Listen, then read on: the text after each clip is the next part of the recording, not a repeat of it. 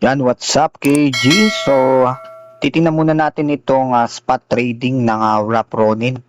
So, kagabi, nagkaroon ng malaking spike dun sa presyo ng RON at tumaas siya ng 30%. So, chinek natin kung ano yung mga latest na balita. Nakita natin na nagkaroon na ng spot trading na Wrap Ronin sa Coinbase. So, malaking bagay ito dahil ito yung bagong integrated na migrate na Ronin wallet, Ronin coin na backup ng Ethereum.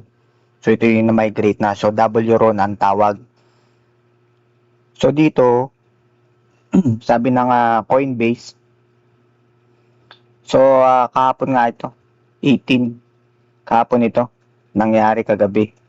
So kaya nagkaroon ng spike doon sa presyo ng RON. Kaya iniisip ko, magbibenta sana ako. Dahil maglilipat ako ng mga assets, lalo na yung mga inaantay ko, yung mga konting pump na ganyan. Kunin ko na yung asset ko. Ang problema, sinubukan kong sa Bitget pag-transfer ng RON papunta ng Ronin network. Ang problema lang ay nagkaroon ng parang hindi pa pwedeng gamitin yung Ronin mismo na network. Yung dating Ronin network na ginagamit. So parang siyempre stuck po na yung iyong asset doon.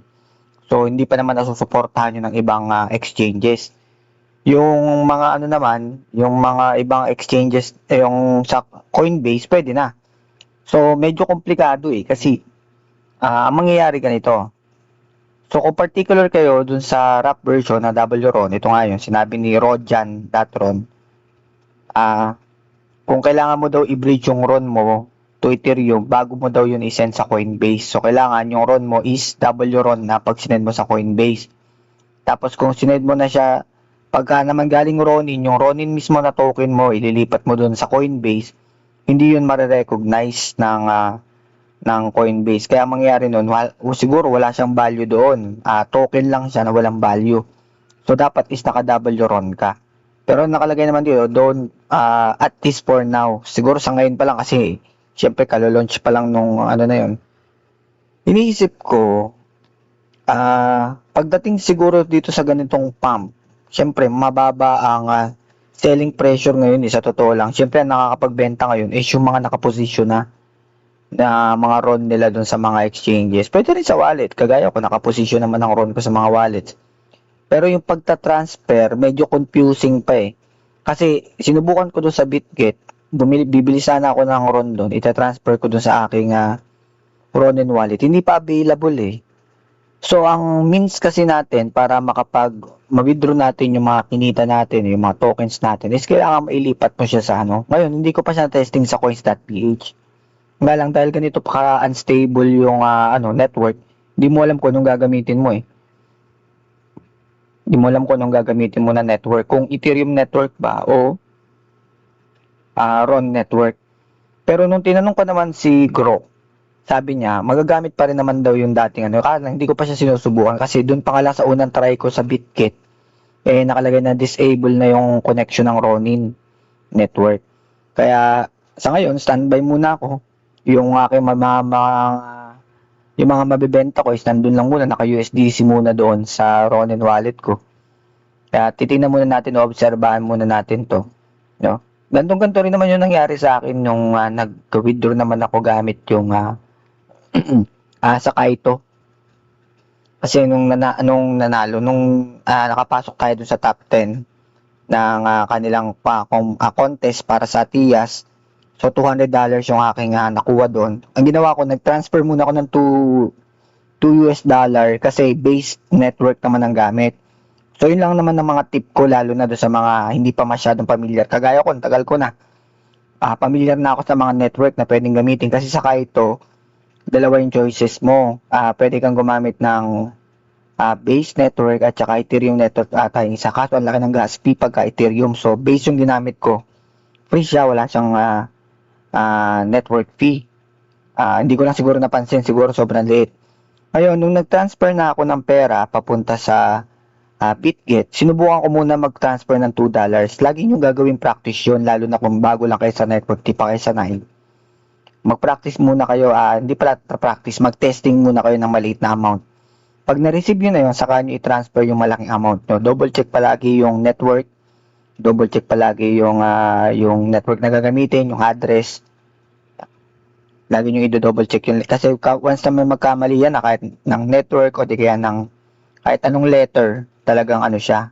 Ang tricky pa sa Kaito, ang nakalagay pa doon ay unsupported network. Kaya nagtaka ako, sabi ko paano unsupported network? Sa BitGet, ginamit ko na nga yung base network ng wallet address ko ng USDC sa BitGet. So, naka-base network na yun. Kinuha ko na yung mismong address, tapos sinend ko sa Kaito. Siguro pag magta-transfer ako, i-actual natin sa inyo para mas pero meron akong ano dyan. Meron akong content dyan about sa Ronin Wallet, Gcash to CoinsPH to Ronin Wallet transfer. So, doon, basic lang naman yun na ano yung mga dapat ninyong gawin kapag ano kayo. So, nakita ko lang naman to. So, dinahanan ko na lang din bago na tayo pumunta dun sa ating pang 44 days ng ating 44 days ng ating codex, no? Tama ba? Pang 44 days na ba natin?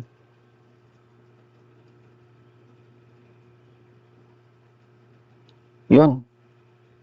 So, nagtitingin pa ako ng ibang news dito. So, nagkaroon kasi ng malaking liquidity sa sa RON. Tingnan nga natin yung graph ng RON. So, dito, pinag-aaralan ko ulit yung graph ng RON. So, 38%. So, para sa akin, is good to sell na ito, lalo na oversold na no? Sa weekly. Pero, magandang antayin din to. Lalo na kung titingnan mo yung bullishness nito. Ngayon kasi, hindi siya bullish hanggang ngayon, hindi pa rin nag-cross yung kulay pula. Ito sa taas. Ito. Yung kulay pula to, yung kulay dilaw at saka itong kulay violet, light violet na to. So ito yung 25 moving average, tapos ito yung 100-day moving average, tapos itong kulay dilaw yung 7-day weekly moving average yung tawag diyan. No? So hindi pa sila nagko-cross, ano lang.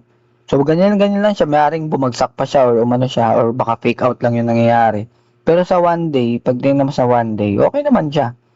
No? So, nagkaroon na siya ng momentum na mag-breakout pataas.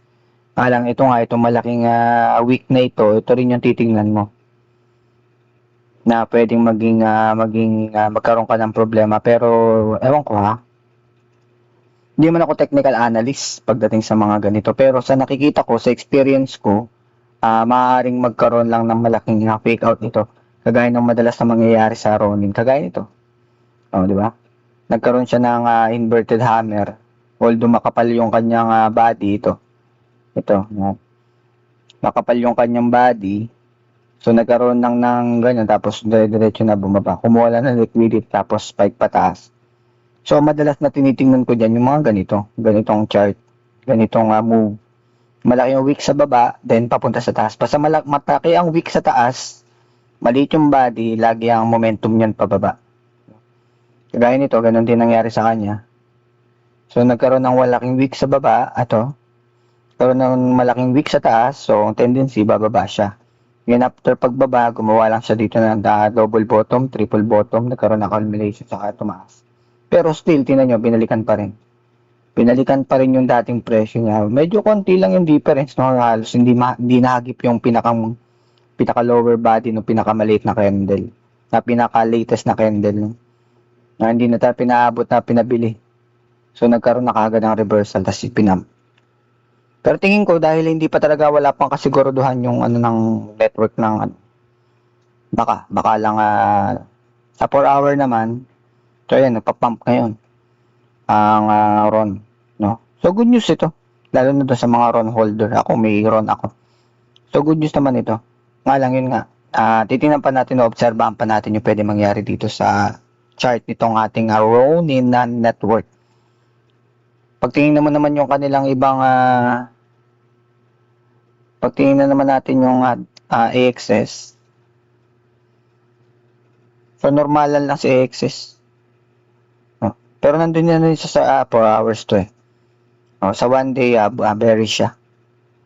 Sa weekly, so nagkaroon na ba ng cross to? Yun kasi yung delikado, baka gayahin lang niya to yung move na to na ginawa ng AXS.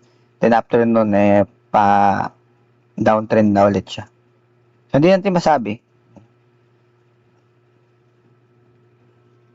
Tsaka lalo na ito yung mga delikadong time para pumasok dito.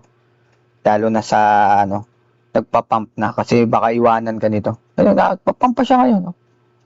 Nagpa-pump siya ngayon. 42% na kanina, nasa 30% lang. So, nagpa-pump ngayon ng tingnan natin sa hourly.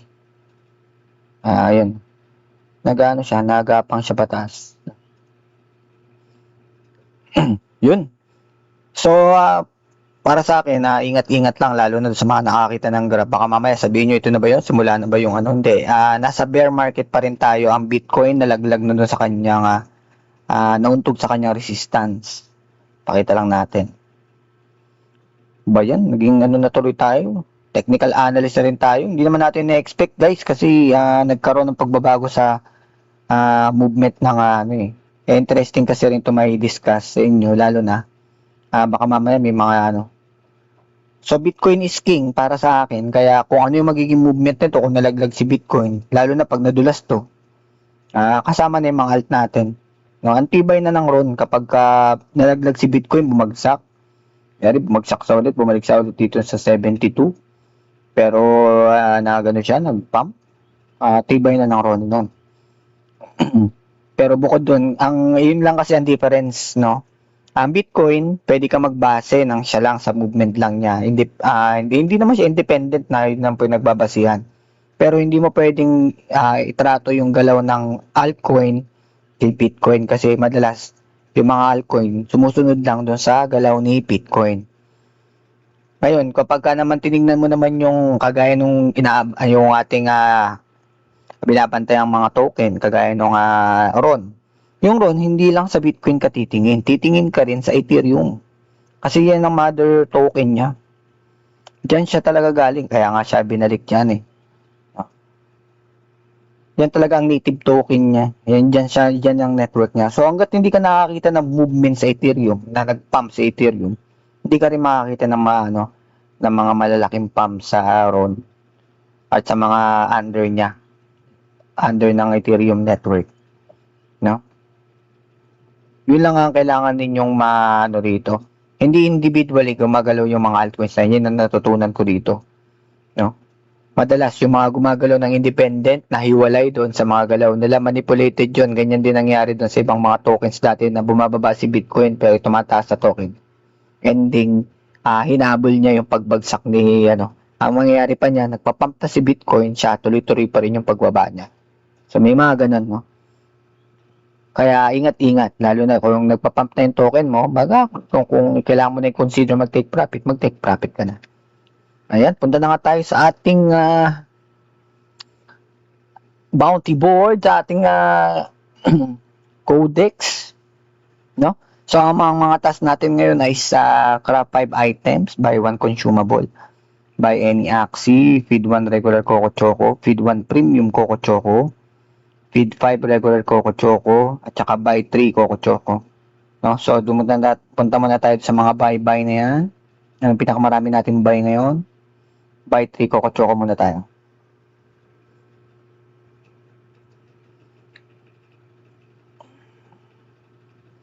Yan, so dinaanan lang natin siya guys ha, lalo na nung para malaman din natin kung ano yung bakit nagpa-pump. Bakit nagpa-pump yung Ronin network. Kasi kailangan naiintindihan din natin kung ano yung reason ngayon. Kung dahil lang sa listing or nagkaroon ng bagong pero wala namang dagdag na bagong users, wala namang pero in network side, okay siya. Okay siyang balita talaga, sa totoo lang. Pero kung yung demand, parang malayo pa tayo doon. Yun. So, buy 1 3 buy 3, ano ba? Wala na bang buy dito? Puro feed na to Okay na itong buy 1 consumable. Buy any Axie na lang tayo. So, ang bibili natin dito ay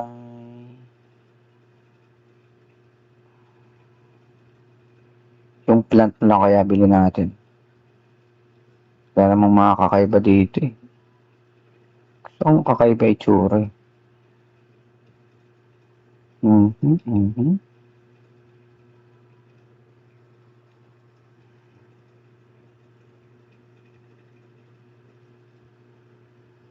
Hirap mamili, no, kapag floor. Kahit sana, no, yung bagong, yung bang wala pa akong ganong parts. Okay sana yon. Pero kung meron na kasi akong mga ganong parts, ito na kayang Aqua na naka-wing horn, naka-feather na back. Sobrang chops talaga, wala talagang bagagamitan nun. Ito nakalipi, oh. Naka-evolve na pa to. Parang naka-evolve na to. Yung sa back niya. Mint? Naka-evolve na nga yung naka-mint. Nabili na nga natin to, naka-evolve. 0.53. So, gamitin natin ulit nating USDC.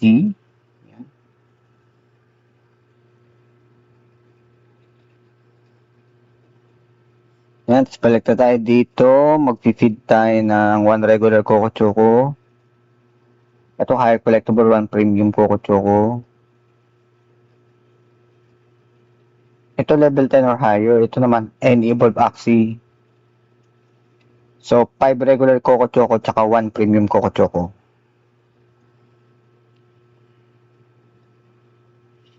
Yan. So, 1 premium Coco Choco tsaka di pala pwede sabay, no? Isa lang. Tsaka 5 regular Coco Choco.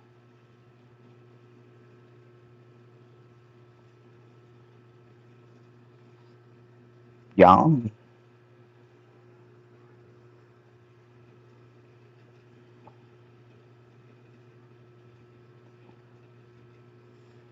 Balik na tayo sa ating bounty board. Craft 5 items. Okay na siguro to. Tapos na ako dyan eh. Buy 1 consumable, buy any Axie, feed 1 regular Coco Choco, feed 1 premium, feed 5, pumasok na agad, buy 3 Coco Choco, yun. So, okay na tayo. So, pang ilan tayo? Refresh muna natin. Pang ilan na tayo sa ating leaderboard. So, pang 1171 tayo. Wala pa rin yung claimable reward, no? Anong araw na ngayon? Tuesday na, wala pa rin yung claimable reward natin, no? Nangyari. So, level 7. Level 7. So, ilang araw na lang. 12 days, level 7. Kakapusin tayo ng talaga 3 araw. So, makapag-roll tayo. So, meron na tayong 4 na clay. So, roll tayo. Okay, block killing. Block killing. Makaswertein tayo. Ayan, so ang hirap, no? Kapag nasa mundo ka ng crypto and NFTs, no? So, kailangan talaga bantayan mo rin lahat. Kahit yung mga dahilan ng pag-pump ng mga tokens mo, yung nangyari sa ecosystem, pero yun nga, kasama kasi talaga yun sa journey, lalo na kung nandito ka sa crypto. Sa totoo lang, kung mag-aantay ka lang ng presyo, wala namang problema. Bibili ka ngayon, kalimutan mo na, pwede naman yun. No? Pero kasi tayo, nagpa-participate din tayo pagdating sa yung labas pa doon sa ating labas pa doon sa ating pinag-aaralan. So, gusto kasi natin na mas maging aware sa mga bagay, makichismis ba? No? So, kung tatanungin nyo kung pro ba ako or anti ako sa crypto, pro ako. At bias ako doon. So, hindi natin maaalis yun. So, yun. Meron tayong 0.2 na BXS reward. So, itong channel na to is pro crypto at saka pro NFTs. So, yun yung mga ko. No? Pero, bakit ganun? May mga content ako na nagsasabi ng mga scam. Bakit parang nagtutunog ako minsan? Nagtutunog na anti. Kasi gusto ko maging successful yung project na sinusuportahan ko. Kaya nagbo-voice out din ako pagdating sa ganun. Hindi pa ganun kalakas ang ating boses, lalo na pagdating sa mga ganun. Pero para sa akin, paraan ko yun para makapag-share ng aking idea, lalo na dito sa mga nakikinig sa akin, dito sa inyo, sa aking mga supporters, o sa mga nagsusubscribe sa atin. No? Mas maganda na kasi na meron kayong talaga, kilala, na content creator na talagang yung hindi whale, hindi yung talagang makasikat na, yung talagang normal na player na makakapag, makaka, ang tawag dito, makaka-relate doon sa mga nararanasan ng mga totoong players. Kasi karamihan, kasi ilan lang ba ang mga nasa top, sabihin na natin sa top 1,000, yun yung mga pumapaldo talaga, or top 100. Pero ilan ang players ng Axie Infinity? Nasa 10,000 pa ba? 5,000? So mas marami yung population ng mga average player kagaya ko kaysa sa mga top. So syempre tayo, tinitingnan natin yung mga naging successful pagdating doon, pero yung ba lahat ng pwede nating kalagyan? Diba? Kaya dapat maging matalino din tayo pagdating sa ganito. No? Just to be clear, hindi ako dahil nakabang sa presyo ng token ng Axie, XS, or SLP, or RON, hindi porket nakabang ako dyan is bibili ako, nagbobodega ako. Wala pa akong binobodegang altcoin ngayon. Kahit yung mga paborito kong token, XRP, Ethereum. No? So, Bitcoin lang ang aking DCA ngayon. Kasi bakit? Yun ang natutunan ko last cycle. Although, hindi naman naging mali yung naging decision ko sa Ethereum at saka XRP ko. Actually, kumita rin naman ako dyan sa dalawang token na, lalo na sa XRP. No? Pero, yun ang natutunan ko dito. So, sa ngayon, wala talaga. Siguro, next year na lang natin ulit pag-usapan yung mga altcoin, pagbobodega ng altcoin. So, obserbahan muna natin tong market condition ngayon. Lalong-lalo na, ang dami pang uncertainty sa market. May war, may kung ano-anong may problema sa langis. Yung bansa natin na, ayaw ko, ang hirap mag-comment dito sa bansa natin. Naghahanap ako ng mga bagay na pwede makatulong sa atin dito. Ko yung wala political kasi dito sa atin. Ang hirap pagkomento dahil para sa akin wala, kinalimutan ko na yung kung ano meron man dito. No? Ayun lang, no? Thank you so much sa mga supporters and subscribers natin. I-like and share lang ating mga videos. Saludo sa inyo mga boss. At yun lang, no? Magkita-kita na lang tayo sa arena. Game on!